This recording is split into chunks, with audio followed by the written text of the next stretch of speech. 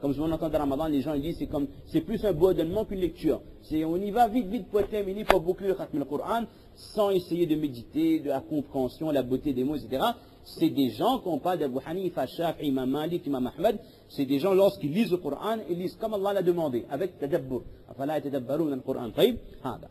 Et donc, déjà à leur époque, nous constatons qu'il y a une différence énorme dans le temps.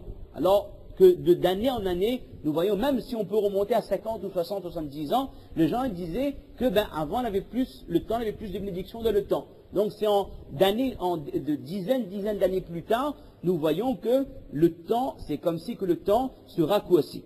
Donc c'est ce que Ibn Hajar dit, c'est un des commentaires possibles, qu'il y aura moins en moins de bénédictions dans le temps. Nous n'avons plus la possibilité de faire grand nombre de choses dans un même laps de temps dans lequel nos grands-parents ou nos ancêtres faisaient énormément de choses.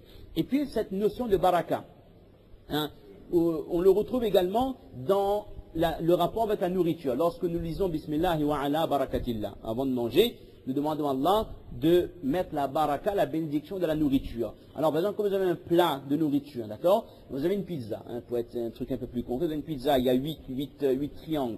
C'est pas parce que vous dites Bismillah wa ala barakatillah qu'il y en aura 18. Sinon, il faut me donner la recette, ou alors les pizzaiers vont faire faillite, ce serait formidable, d'accord? Donc, on va dire que c'est quoi la baraka? C'est que peu de nourriture remplit le ventre. Il n'y a pas besoin de manger une pizza XL pour avoir le ventre plein. Peut-être une pizza XL, 4 personnes peuvent manger à ventre plein. Et deuxième chose, cette nourriture vous donne la possibilité d'accomplir des actions qui vous rapprocheront d'Allah. Ça, c'est le sens de baraka de la nourriture, c'est que cette nourriture vous permet de faire de bonnes actions. Vous donne la force de faire de bonnes actions. Et le même sens, c'est-à-dire là nous sommes dans le sens figuré du hadith. Le temps se raccourcit au sens figuré, plus de bénédiction de le temps, alors que le temps ne change pas en lui-même. Également lorsque nous savons que le prophète m'a dit que celui qui va renforcer, qui va entretenir les liens de parenté, c'est-à-dire avec mon père, avec ma mère, mes oncles, mes tantes, mes nièces, mes neveux, c'est-à-dire entretenir les liens familiaux. Même si d'un côté il ne veut plus cause exote, il ne veut plus machin, mais moi je fais mon possible pour entretenir les liens avec la famille, ceux qui m'aiment pas également, et principalement ceux qui m'aiment pas. C'est ça la plus grande récompense. Le prophète m'a dit que cette action qui est appréciée par Allah, cela augmente l'espérance de vie du musulman. Là aussi il y a deux interprétations, au sens propre et au sens figuré. Au sens figuré c'est quoi? Ça rejoint la notion de baraka. C'est-à-dire que dans le nombre d'années que nous avons à vivre, Allah Azza wa Jal nous accordera le tawfiq, nous choisira pour accomplir le maximum de bonnes actions. C'est-à-dire notre vie sera meublée de bonnes actions. Vaut mieux vivre 50 ans dans l'obéissance d'Allah que de vivre 120 ans, un peu à droite et un peu à gauche, mudabdab entre ça et ça. Donc c'est ce sens figuré que nous retrouvons dans d'autres textes en rapport avec le terme baraka, le terme bénédiction. Maintenant, et là nous passons à un autre sujet, viendra une époque où vraiment le temps, il y aura un changement radical dans le temps, mais là ce sera au sens propre. Ça on verra un jour, Inch'Allah, ce sera la venue de Dajjal, qui durera 40 jours, et là le prophète m'a bien expliqué que le premier jour sera comme une année, et puis c'est comme un mois, et puis etc. etc. D'accord? Et là les Sahaba, ils avaient demandé, sachant que c'était au sens propre, c'est-à-dire il n'y a plus de lever, de coucher du soleil pendant un an. Est-ce que nous pouvons faire un lien avec une catastrophe climatique, alignement des planètes ou je ne sais quoi, Moi, comme j'ai dit avec notre frère Rachid, qu'il faut absolument qu'on voit le film 2012. Moi j'attends que ça sorte, je ne peux pas aller au cinéma, avec un grand bar comme ça, il ne passe pas. J'attends de voir ce film, parce que c'est extrêmement important. Ce film, mes chers frères, dont on a vu que l'extrait, je crains que ça mette beaucoup de doutes dans les croyances de nos jeunes, c'est-à-dire ceux qui vont regarder, concernant Ashrat al-Sa'a, concernant la fin des temps.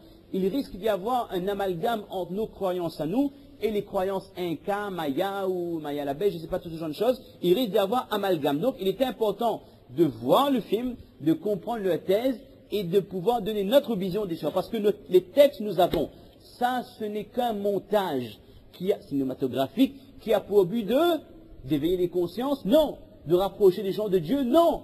Qu'ils aient conscience qu'il faut prendre soin de la nature, on s'en fout royalement. De faire rentrer de l'argent dans la caisse du producteur et du metteur en scène. C'est le but exclusif. D'accord? Mais malheureusement, beaucoup de gens vont le croire, vont voir ça comme ils vont écouter un hadith. Ça se passera comme ça et tout. Et il est grave. Si nous allons jusqu'à croire aux croyances Maya, c'est Maya ou Zinka? Maya. Si nous allons jusqu'à croire aux croyances, aux convictions, aux religions Maya, qui étaient avant tout des adorateurs du soleil, ils adoraient le soleil, ils croyaient au retour des ancêtres, etc., etc., ben, là c'est grave, là nous sortons totalement du cadre du monothéisme, d'accord? Donc ça c'est extrêmement important, ça marche ensemble ça, on ne peut pas se limiter juste à ce que nous avons, c'est le plus important, mais il faut voir, parce que nous, ce que nous expliquons là, c'est qu'il y a 20 personnes, mais il y a 2000 musulmans, 2000 jeunes qui n'ont aucun intérêt à écouter ça. S'ils veulent savoir quelque chose, ils vont regarder le film, ils vont se construire une idée de la fin du monde par rapport au film. Donc c'est à nous de voir qu'est-ce qu'ils vont avaler comme couleur, quelle que soit la longueur, et nous allons essayer, Inch'Allah, de montrer à la lumière du Coran et à la lumière des hadiths, quelle est la vision, on ne dit pas notre vision, mais la vision juste de la fin des temps, comment cela se passera exactement. Voilà. Donc, à la venue d'Adjal, puis une petite anecdote, Sahara est demandé au prophète d'Allah, pendant cette période où, en ce sens, un jour durera 1 an, comment est-ce que nous allons faire nos salats?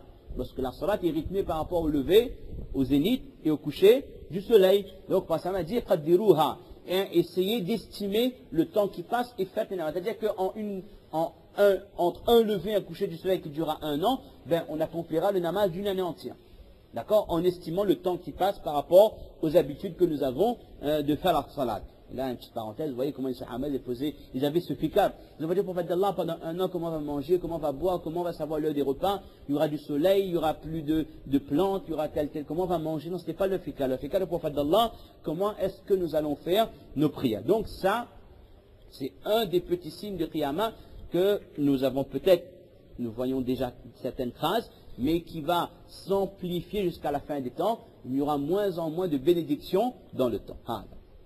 Deuxième point, le prophète sallam a dit يَذْهَبُ الصَّالِحُونَ الْأَوَّلَ فَالْأَوَّلَ. À la fin des temps, les gens pieux, les salihin. Salih, ça veut dire quoi? Salih, c'est un homme vertueux et pieux. Les salihin, les gens pieux, quitteront ce dunya. Et dans d'autres hadiths que nous verrons par la suite, Allah Ta'ala reprendra les ulama. Les ulama repartiront. Allah et le prophète a expliqué qu'à la fin des temps, la science sera retirée de ce dunya. Mais Allah Ta'ala ne reprendra pas la science c'est-à-dire que la science ne sortira pas du cœur des gens. Non, la science quittera cette ummat par le décès des personnes qui portent la science, qui sont des porteurs de science. C'est pas nous, c'est pas les pauvres alim comme nous, c'est vraiment quand nous voyons des gens du calibre de Abu Hanifa, Shafi'i, Imam Malik, des gens du calibre d'Imam Bukhari, Imam Muslim, An-Nasa'i, qui ont quitté ce dunya dont nous ne voyons plus l'équivalent de nos jours. Il n'y a plus de ulama vraiment qui ont un tel potentiel, mais ça fait partie des Asharat al-Sa'a, et même à notre époque, nous constatons qu'il y a beaucoup de grands savants dans le monde musulman tout entier qui sont en train de quitter ce dunya et qui ne sont plus remplacés.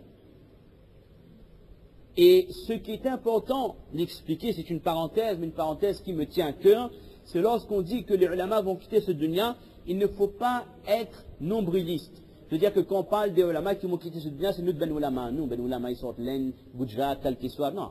Quand on parle des ulama, c'est les savants, ceux qui détiennent la science. Que ce Ali habite en Inde, qu'il habite en Turquie, parce qu'en Turquie, il y a des grands ulama. Qu'il habite en Indonésie, parce qu'en Indonésie, il y a des grands ulama. Qu'il habite en Malaisie, qu'il habite au Pakistan, qu'il habite au Cachemire, qu'il habite au Bangladesh, qu'il habite dans les pays arabes, etc. etc. N'importe quelle personne qui porte de son cœur la science religieuse et qui le propage, ils font partie des gens de science.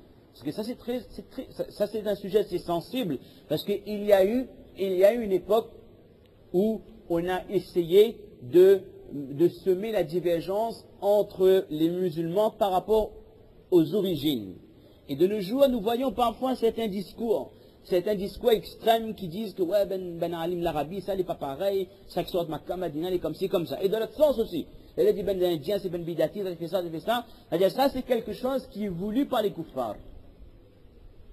Comme expression, il dit diviser pour mieux régner. On divise pour mieux régner. Et quand est-ce que nous avons trouvé les conséquences, nous avons constaté les conséquences de cette division dans l'histoire de l'islam, dans l'Empire ottoman, Ad-Dawla al-Uthmaniya. L'Empire ottoman, qui dirigeait l'Empire ottoman? Quel pays?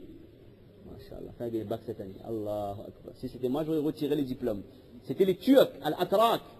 Les Turcs étaient, regardez Haram, Inch'Allah, là vous emmène, regardez Haram Sharif Makki, Haram Sharif, d'accord? Tout autour du Mataf. Ce n'est pas les constructions saoudiennes que vous trouvez. C'est l'ancien, quand on parle de l'ancien Haram Sharif, ce sont là des constructions turques. Quand on voit les grosses pierres, les grosses briques de couleur brique, hein, les briques de couleur orange, un peu beige, d'ailleurs le gouvernement saoudien est en train d'enlever ça, en train de refaire parce que c'est vieillot. Et les Turcs ne sont pas contents, ça c'est les vestiges de notre empire, l'empire ottoman, mais vous n'avez pas su entretenir l'empire ottoman. On ne va pas entretenir vos murs. Donc, pendant l'empire ottoman, il y a eu une puissance coloniale, c'est pas la France, hein, jamais, la France, c'est des gens bien ça quand même. Il y a une puissance coloniale dont on ne citera pas le nom, qui a tout fait pour semer la divergence, la zizanie, pour faire une fracture entre les deux puissances musulmanes, entre les Arabes et les Turcs. Et il y a eu une telle division entre Arabes et Turcs que les Turcs, ils se sont sentis parfois un peu complexés par rapport aux Arabes, et ils ont décrété que l'islam, c'est nous qui le portons. C'est vrai, l'Empire ottoman était divisé par les Turcs, d'accord? C'est nous qui portons l'islam, et donc notre culture sera la culture musulmane. À un tel point, c'est arrivé, un tel degré de bassitude hein, dans leur le désir de s'émanciper, de montrer que c'est eux qui dirigent le monde musulman, que le adhan était donné en turc.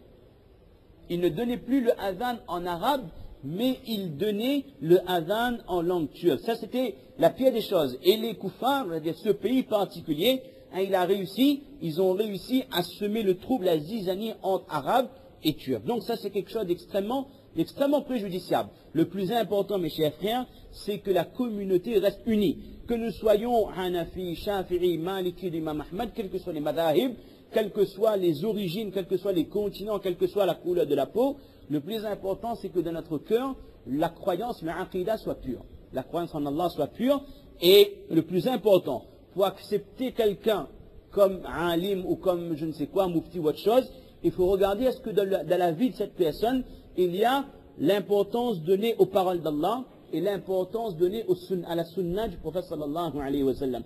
Et lorsque je parle de sunna, ce n'est pas juste la sunna sur l'apparence. Mais ça aussi, il y a beaucoup de gens qui disent la sunna pour eux c'est juste la barbe, le turban, les vêtements, etc., etc. Je dis etc., c'est respectueux, mais c'est juste l'habit. Mais quand on gratte en profondeur dans les pratiques, et puis également manger la main droite, s'asseoir pour manger, dormir par terre, ça c'est les sunnats, ça il n'y a pas de doute là-dessus. Mais quand on gratte un peu plus, on va dans les croyances, on va dans l'approche des textes, nous voyons qu'ils sont à des années-lumière de la sunna.